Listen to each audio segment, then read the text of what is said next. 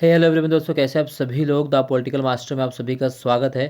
दोस्तों आज की इस वीडियो में हम क्लास 11th के पॉलिटिकल साइंस का पार्ट बी यानी जो सेकंड पुस्तक हमारी राजनीतिक सिद्धांत, उसके चैप्टर नंबर 1 के मोस्ट इंपॉर्टेंट एमसीक्यू करने वाले दोस्तों।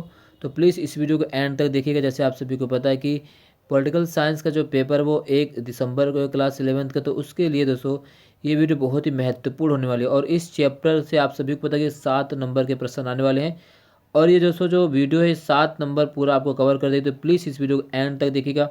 यदि आप हमारे चैनल पर नए हैं तो चैनल को जरूर सब्सक्राइब कर ले और बेल आइकन को प्रेस कर लिए, ताकि हमारे सभी द्वारा जो वीडियो आप सभी के लिए अपलोड की जाए उसका नोटिफिकेशन बिना किसी बाधा के आप सभी तक आसानी से पहुंच सके और आप सभी लोग जो है वीडियो को लाभ उठा सके। तो चलिए दोस्तों इस वीडियो को शुरू करते हैं और इस चैप्टर का आज का पहला प्रश्न करते हैं।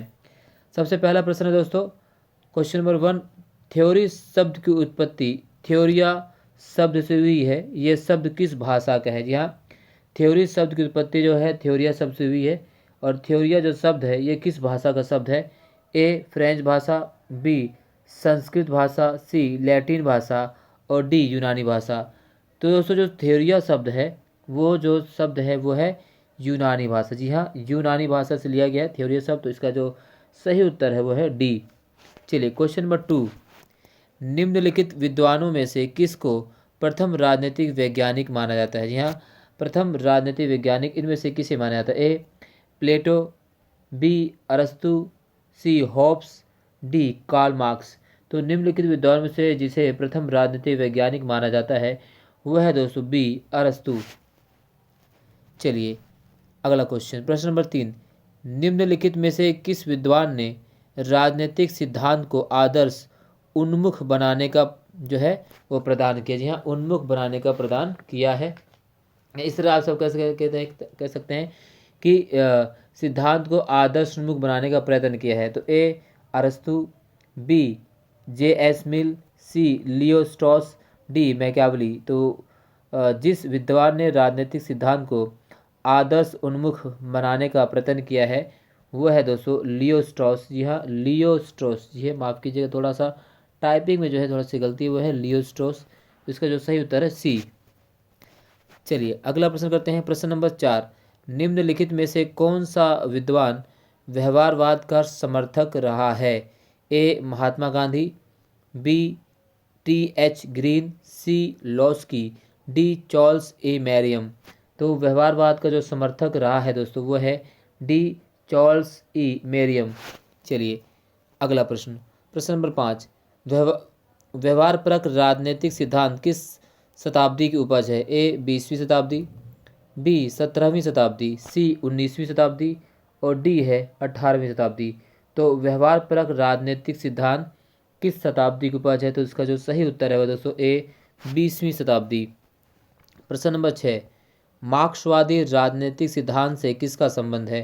तो मार्क्सवादी राजनीतिक सिद्धांत से किसका संबंध? A Lenin, B Stalin, C Karl Marx, D उपरोक्त सभी। तो जो सही उत्तर है दोस्तों है उपरोक्त सभी, यानी इन सभी का जो संबंध हुआ है मार्क्सवादी राजनीतिक सिद्धांत से है। और कार्ल मार्क्स को मार्क्सवाद का जनक भी कहते हैं। चलिए प्रश्न नंबर 7, निम्न में से किसका अध्ययन राजनीतिक शास्त्र में किया जाता है? ए राज्य का अध्ययन, बी सरकार का अध्ययन, सी शासन प्रबंधन का अध्ययन, डी उपरोक्त सभी। तो राजनीतिक शास्त्र में इन सभी चीज़ों का अध्ययन किया जाता है। इसमें सरकार का भी अध्ययन शामिल है, राज्य का भी अध्ययन शामिल है और शासन प्रबंधन का अध्ययन भी इसमें शामिल है दोस्तों। चलिए अब अगला प्रश्न करते हैं, प्रश्न नंबर 8, राजनीतिक शास्त्र का पिता डैश को माना जाता है? जी हाँ, राजनीतिक शास्त्र का जो पिता है डैश को माना जाता है। ए अरस्तु, बी प्लेटो, सी रूसो, डी सभी। तो दोस्तों राजनीतिक सिद्धांत का पिता माना जाता है अरस्तु को। जी हाँ, अरस्तु को राजनीतिक सिद्धांत का पिता माना जाता है। प्रश्न नंबर 9, डैश को प्रथम राजनीतिक वैज्ञानिक माना जाता है? डैश को प्रथम राजनीतिक वैज्ञानिक ए अरस्तु, बी रूसो, सी प्लेटो, डी कोई नहीं। तो दोस्तों अरस्तु को प्रथम राजनीतिक वैज्ञानिक की संज्ञा दी जाती है।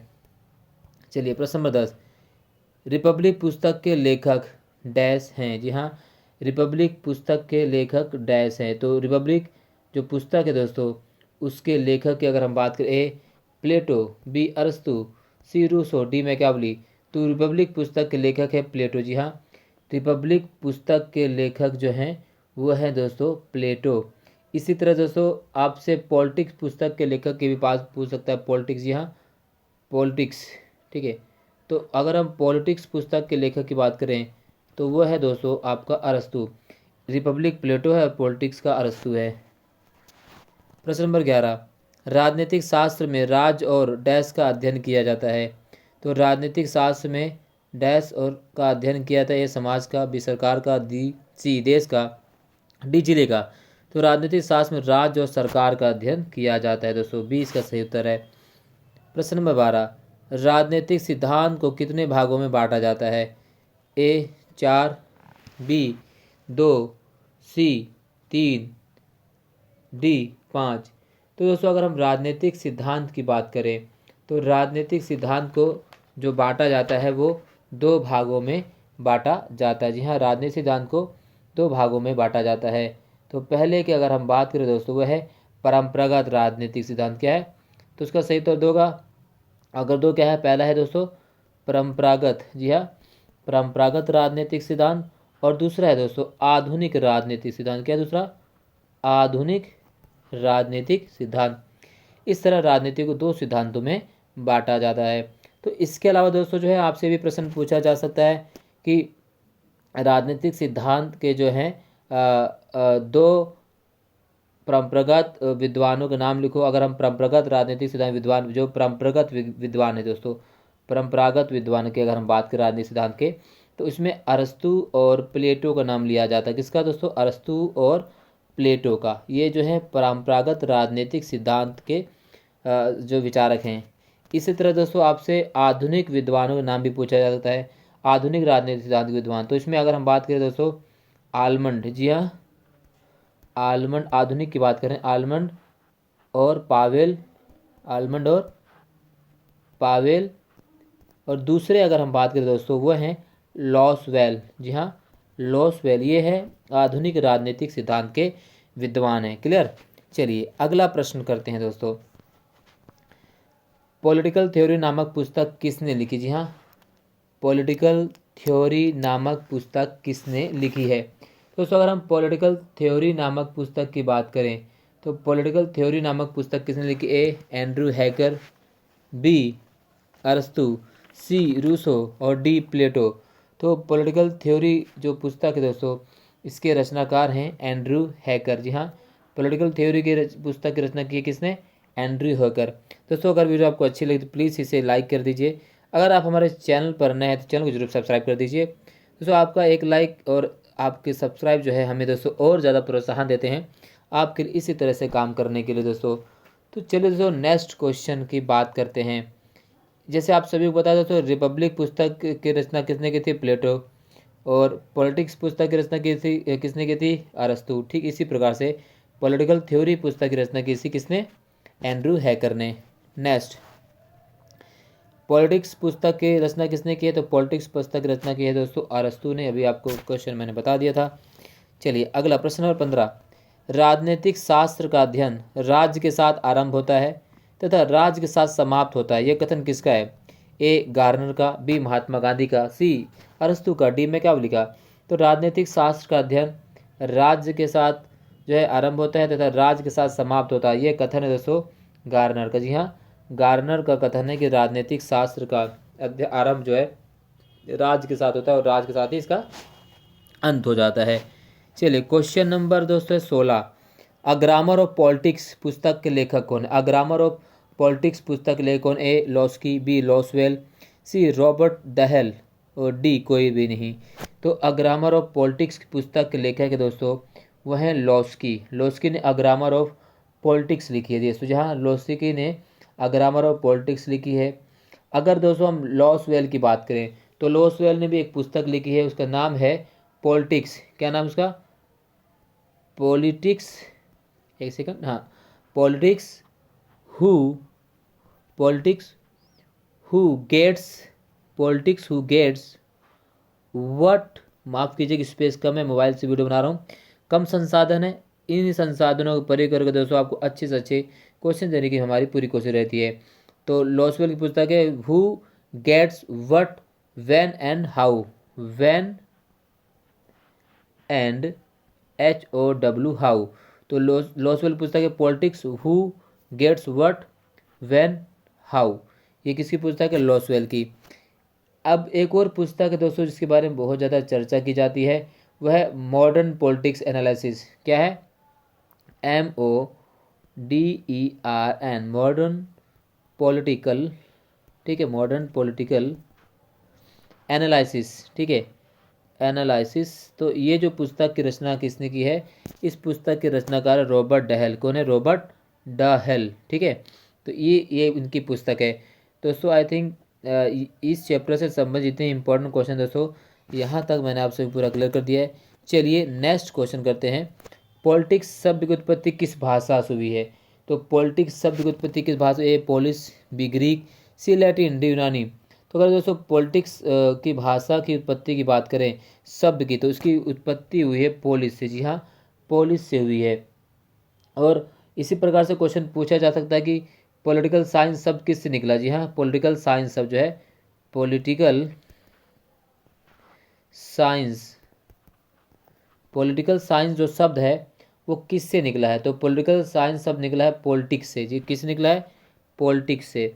जो पॉलिटिकल साइंस शब्द है वो निकला है दोस्तों पॉलिटिक्स से। किससे निकला है? पॉलिटिक्स से, ठीक है। तो इस तरह से आपको क्वेश्चन पूछे जा सकते हैं। चलिए 7 नंबर का चैप्टर दोस्तों, और इससे बाहर क्वेश्चन आपका आने वाला नहीं है, ठीक है। इसी तरह से पोलिस का अर्थ पूछ सकता है। किसका अर्थ? पोलिस का क्या अर्थ होता है? पोलिस का क्या अर्थ है ये पूछ सकता है। तो पोलिस का अर्थ होता है दोस्तों नगर राज्य। क्या होता है? नगर राज्य। इसका अर्थ होता है नगर राज्य यानी सिटी स्टेट, पोलिस का शब्द होता है। चलिए, क्योंकि ग्रीक लोग दोस्तों जो है नगरों में रहते थे इसलिए इन्हें पोलिस राज्य भी कहा जाता है।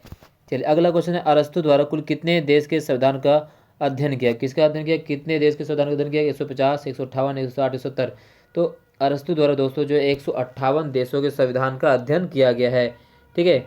और इसी तरह क्वेश्चन अरस्तु से पूछ सकता है दोस्तों कि अरस्तु जो है उस दोस्तों ने उसने क्या किया था? जिन्होंने राजनीतिक शास्त्र को विज्ञान माना है। तो राजनीतिक शास्त्र को विज्ञान मानने वाले लेखक कौन है? वो है अरस्तु ही हैं, ठीक है। और एक राजनीतिक शास्त्री ऐसा है जो राजनीतिक जो है शास्त्र को विज्ञान नहीं मानता है। जो राजनीतिक शास्त्र को विज्ञान नहीं मानता वो है दोस्तों मैटलैंड। कौन है वो? मैटलैंड। ये राजनीतिक शास्त्र को विज्ञान नहीं मानते हैं। क्लियर दोस्तों? इसके अलावा इनका कथन भी है कि जब मैं ऐसे परीक्षा प्रश्नों के समूह को देखता हूँ जिनका शीर्षक राजनीतिक विज्ञान होता है तो मुझे प्रश्नों पर नहीं बल्कि शीर्षक पर खेद होता है।